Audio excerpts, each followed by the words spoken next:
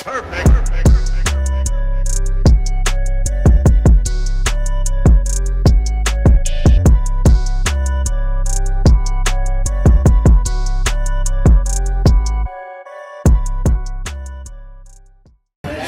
Coach Lance. Shook up my hair today. Dude, I love it. Look, we're getting the steam off of your head. Oh man, just had what? Working hard. Like 8 hard rounds in here, something? Yeah. 10 rounds? Yeah, something like that. These guys warm me up. Well, welcome back. You're visiting. The question of the week, I want to ask you, because you have the unique experience as a black belt, training at 1 or 2 gyms, teaching here, then moving out of state, joining a completely new gym. I want to ask you, as a black belt or as a jiu-jitsu practitioner overall, what's the hardest part about switching to a new school? So there's kind of like, for me, so this is like my personal experience. There was kind of like 3 layers to this move. I tore my hamstring 3 months before I moved, and so I hadn't been training at all.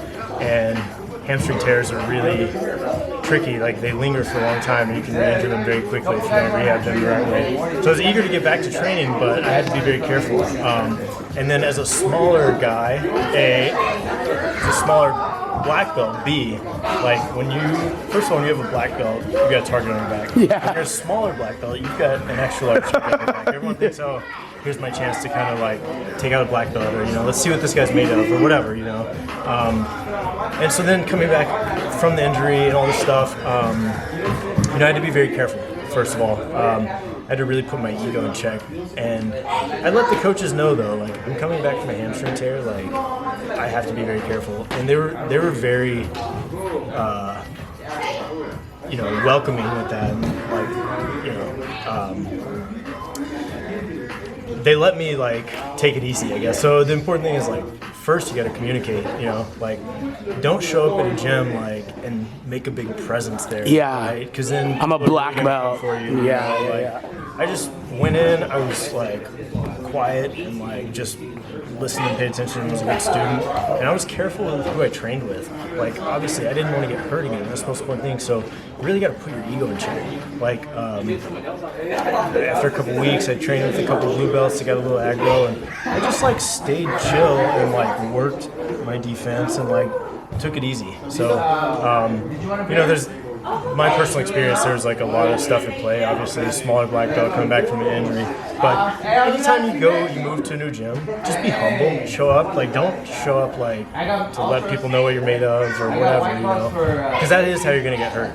Even if you're not coming back off an injury, if you like show up and like make a presence, like people are gonna come for you, right? And then you're gonna be a dogfight so early on.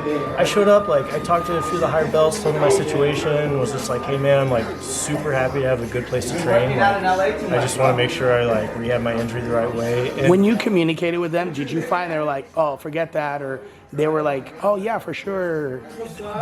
All the higher belts I talked to were really receptive. Cool.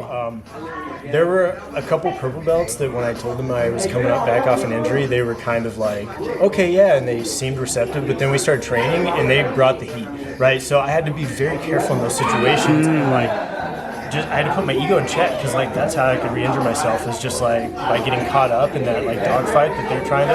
And it's like, okay, and even it was my second or third class there. I rolled with a purple belt, a bigger purple belt. Told him I was coming back off a hamstring tear, and he's like, oh, right on. And he started going really hard, and he got me in his closed guard, and he got me in like a kind of weird spot, and ended up like catching me in an arm bar. And, I knew exactly what happened, and it was all good, and and he's like, oh, you got your arm too far across, and started like coaching me up, and I'm like, yeah, right on, man, like, of course, and I just like, just play the game, like, it's whatever, like, I haven't even seen that guy since, it's no big deal, You tap and you move on, like, that's how we have longevity on the mats. It's like, you get in a bad position, you get caught in a submission, you tap and you move on, and it is what it is, it's not the end of the world, so.